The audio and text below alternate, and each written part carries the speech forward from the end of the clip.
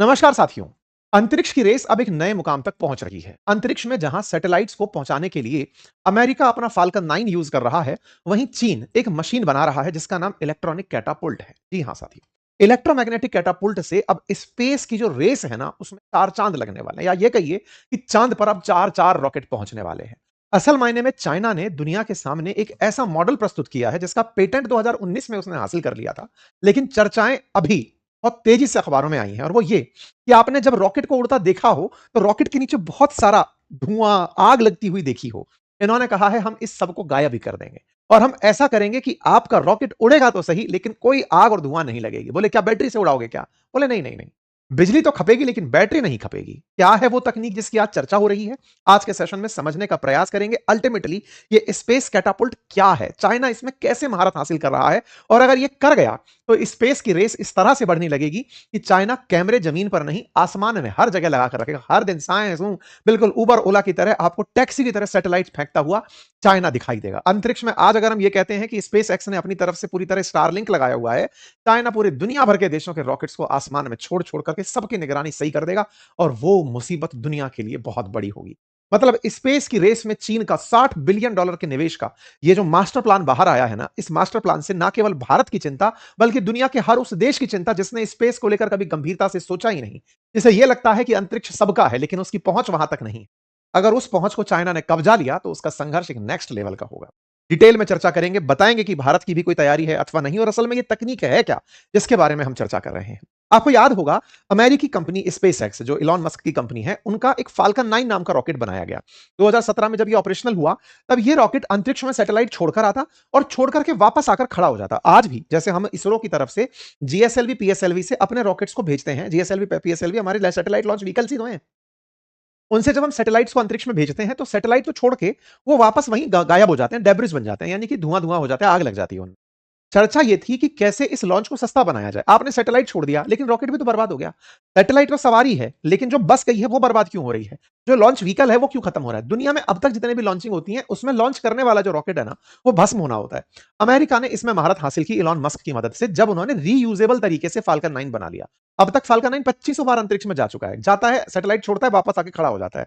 यानी कि उन्होंने गो एंड फ्रो एक बस बना ली। दिक्कत और क्यों नहीं कर पाते? कर इसलिए नहीं पाते क्योंकि जब आपको भेजना होता है, भयंकर एनर्जी की जरूरत पड़ती है। अंतरिक्ष का टेम्परेचर उसको जाते-जाते वैसे ही जला देता है। सैटेलाइट छोड़ा और वो वहीं भस्म हो गया। अब दिक्कत ये है कि अंतरिक्ष का टेम्परेचर पहुँचते-पहुँचते खत्म कर दिया, लौट कर आया, तो ज़मीन का घर्षण तो जला ही देगा। तो कुल मिलाकर के एक ऐसी तकनीक विकसित करनी जिससे कि लॉन्चिंग व्हीकल जो है, वो रीयूजेबल बन पाए। इसको सोचने में काम तो चल रहे हैं, लेकिन अमेरिका करने में कामयाब हो गया।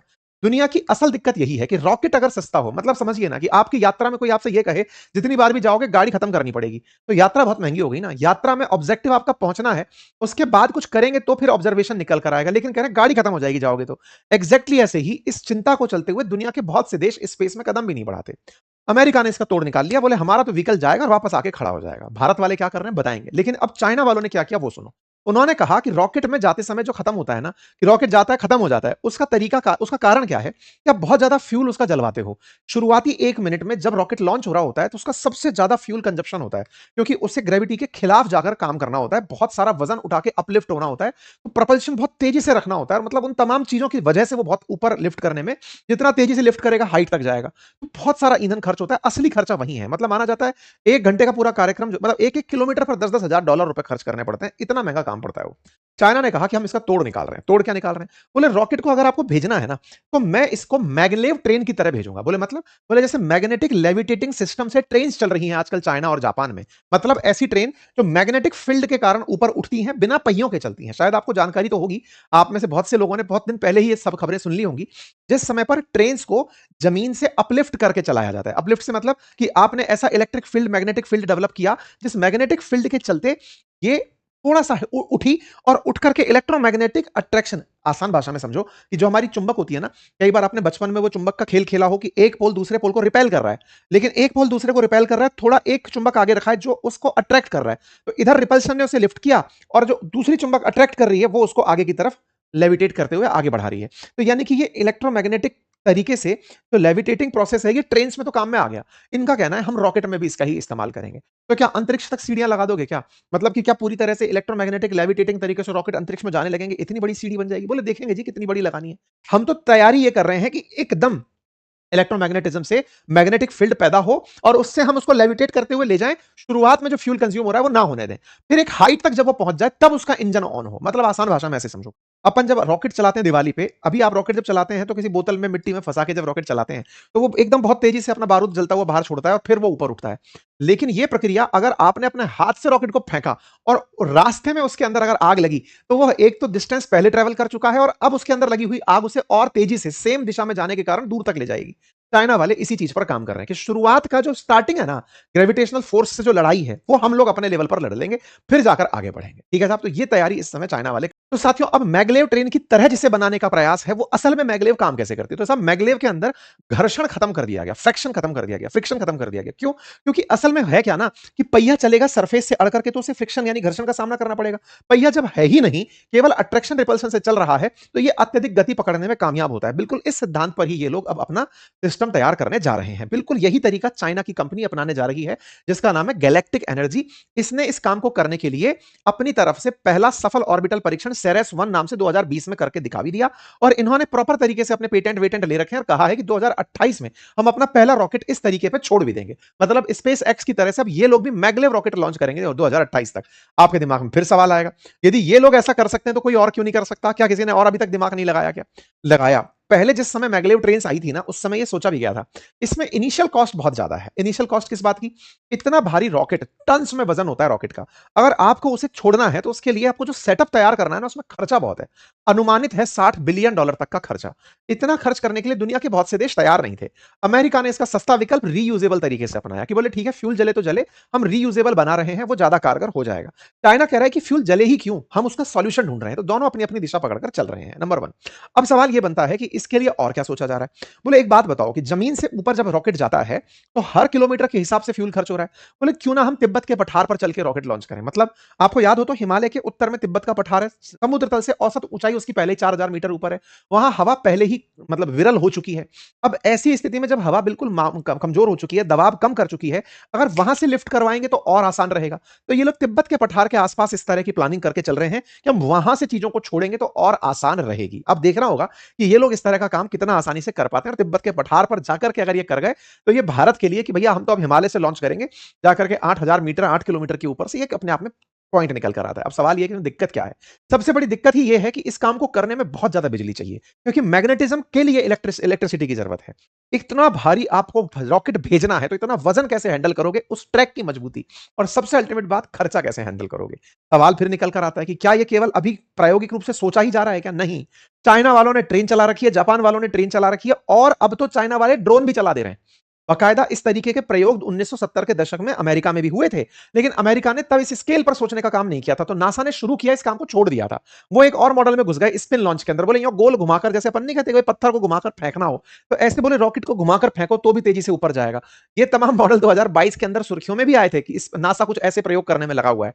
लेकिन चीन इस मामले में बिल्कुल अलग चल रहा है और वो ये मान रहा है कि हम ये काम कर जाएंगे। क्या और कोई देश ऐसा सोचता है? बिल्कुल। इजराइल के बारे में एक सुर्खी निकल कर आई लास्ट ईयर 2025 में कि वो ऐसा स्पेस के अंदर बहुत सारे सामान पहुंचाने के लिए इलेक्ट्रोमैग्नेटिक वाले सिस्टम पर ही, कैटापुल वाले सिस्टम पर ही काम करने का विचार कर रहे हैं। यानी इजराइल भी 5 साल के अंदर प्लान लेकर चल रहा है। लेकिन चाइना को इस तरह की इज्जत क्यों मिली? उसके पीछे का कारण है, यहां का एक इंजीनियर है वा वेमिंग। उन्होंने space launch system method based electromagnetic ejection पर एक पेटेंट दाखिल किया 2019 में। जब उन्होंने पेटेंट दाखिल किया, उस पेटेंट के बाद चाइना ने अपने डेक से, यानी कि पानी के जहाज से, अपने हवाई जहाजों को इसी इलेक्ट्रोमैग्नेटिक कैटापुल्ट के थ्रू फाइटर जेट को चला के दिखाया। इतना ही नहीं, उन्होंने अपने ड्रोन्स को, आप देखें ये कई ट्रक एक साथ रखे हुए हैं, इन पर भी इलेक्ट्रोमैग्नेटिक कैटापुल्ट बना के ड्रोन उड़ाते हुए दिखाया।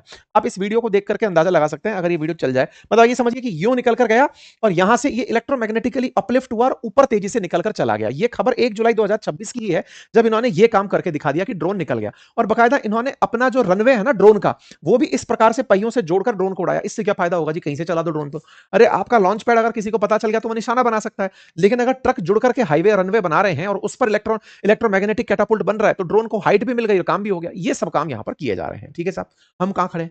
हम भी अब यहां पर प्राइवेट सेक्टर को, क्योंकि इनके यहां पर भी प्राइवेट सेक्टर चाइना में भी कर रहा है, अमेरिका में स्पेस एक्स कर रहा है, भारत भी अब प्राइवेट सेक्टर में एंट्री कर चुका है। इसरो की अपनी एक एजेंसी जो इन स्पेस है, उसने प्राइवेट कंपनीज को 2020 के अंदर ही आमंत्रित करना शुरू कर दिया था। भारत के अंदर ऑलरेडी इस बात का अनाउंसमेंट हुआ कि अब प्राइवेट कंपनी हमारे लॉन्चेस करेंगी। जब नया टैलेंट और नए इन्वेस्टमेंट आएंगे तो भारत भी उस सेक्टर में आगे कुछ बढ़ेगा, और ये हम करने में कामयाब भी हो रहे हैं। निजी सेक्टर की कंपनियों ने 2022 के अंदर सक्सेसफुली विक्रम एस नाम से अपना प्राइवेट मेड रॉकेट चला भी दिया था। हेडलाइन अंतरराष्ट्रीय बनी थी। अग्निकुल ने वर्ल्ड का पहला rocket fully 3D printed engine के साथ भी लॉन्च किया, यह भी अपने आप में खबर बनी थी। गूगल बैक्ड पिक्सल ने इंडिया का पहला प्राइवेट सैटेलाइट कॉन्स्टलेशन लॉन्च किया, यह भी खबर बनी। अभी ताजा खबर यह बन रही है कि विक्रम वन नाम से भारत का पहला ऑर्बिट रॉकेट जो है वो 4 अगस्त को लॉन्च होने वाला है। हमारी एक देश की कंपनी है जो कि 1.1 बिलियन के साथ में खड़ी है, उसका नाम स्काई रूट है। वो अपने द्वारा विक्रम वन नाम से एक लॉन्च व्हीकल के थ्रू इस काम को करने जा रही है। स्काई रूट एरोस्पेस का विक्रम वन पहला तौर पर निजी ऑर्बिट रॉकेट है जो पहली मतलब परीक्षण उड़ान 12 जुलाई से 4 अगस्त के बीच करने की तैयारी कर रहा है। और स्काई रूट भारत की प्राइवेट कंपनी है, वैल्यूएशन मतलब यूनिकॉर्न बन चुकी है, और वो इस तरह से लॉन्चिंग करने जा रहा है। यानी भारत के अंदर प्राइवेट सेक्टर अब रॉकेट लॉन्चिंग में आगे आ रहे हैं। भारत किस बात के लिए जाना जाता है? सस्ते लॉन्चेस के लिए, कि हमारे यहां पर किफायती दरों पर लॉन्चिंग हो पाती है। लेकिन चाइना जो प्रयास कर रहा है, अमेरिका जो प्रयास कर रहा है, वो लॉन्चिंग सस्ती कैसे की जा सके, उनमें खर्चे कैसे कम किया जा सके। हमारे यहां का श्रम सस्ता है, ये मान करके लोग आते हैं, लेकिन दुनिया के और देशों में तकनीकी सस्ती करने पर प्रयास चल रहे हैं। आवश्यकता है और लोग इस सेक्टर में आए, इनोवेशन के सेक्टर में, रिसर्च के सेक्टर में, तो भारत भी नई ऊंचाइयों तक पहुंचेगा। उम्मीद करते हैं आपको ये जानकारी पसंद आई हो। आपकी राय कमेंट बॉक्स में अवश्य रखें। चैनल पर नए हैं, सब्सक्राइब कर लें। धन्यवाद।